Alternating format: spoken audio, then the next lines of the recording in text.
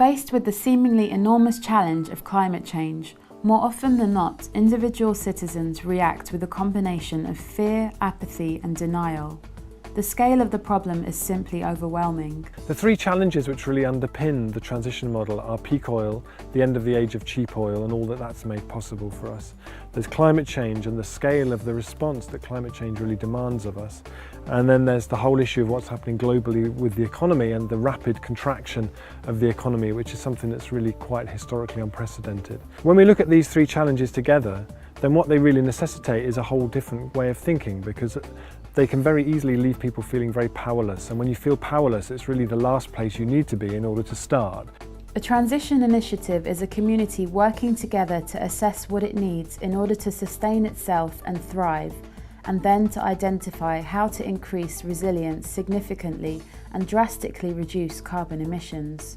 The new idea is having a practical approach whereby we can gather the people around us and start exploring the practical responses around relocalisation. How do we achieve that? Whether it's in terms of relocalising food production, energy generation, fibre, employment, economics, all these sort of things. Some of the things that transition initiatives do on the ground would range from setting up food projects like a local food directory, or getting the council to give land for new allotments, training people how to garden, running seed exchange days, starting community small holdings, that kind of thing, about really looking at the nuts and bolts of creating a more resilient local food economy.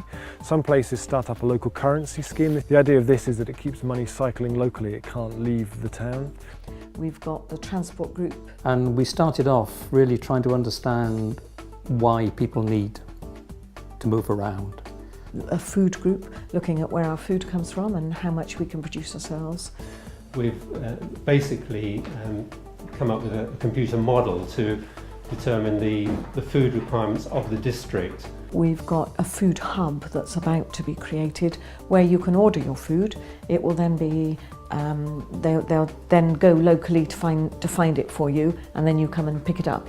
By addressing climate change at a community level, Rob has succeeded in making it relevant to everyday life and the daily choices of everyday people, and not just the environmentally concerned few. The model that transition initiatives use that we've developed is called the 12 steps of transition, and it's a process which starts with gathering around you the people in your community who are enthusiastic about the idea, starting an awareness raising program which leaves people feeling fired up and enthusiastic rather than powerless, moving through that into forming groups around the subjects people are really passionate about, and then rolling it out into the community.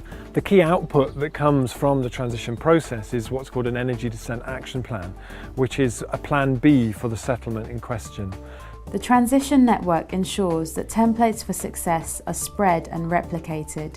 It offers a mixture of inspiration, training, how-to guides, and a free rein for communities to work out what is right for them. Well, when we're filming this, there's about 140 formal transition projects around the world, and many thousands of others at an earlier stage. It's an idea that has a viral momentum to it, and so Transition Network's really set up to inspire, encourage, support, network and train that network of people around the world. The Transition Network provides a sort of backstop for us. It can learn from what else is happening in the network, and I think that has been very useful. One of the things that makes transition different from a lot of the previous environmental campaigns that we're very familiar with is that its starting point isn't trying to work out whose fault it is that we've got into this mess.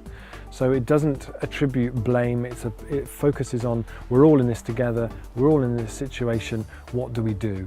We aren't going to be carried through the next 10 or 15 years to a low energy, post-petroleum world on what we feel miserable and gloomy about. Transition movement, through this trying to offer alternatives and building local resilience, offers an alternative to people. Mostly when people get involved, they feel part of a process which is really, really historic.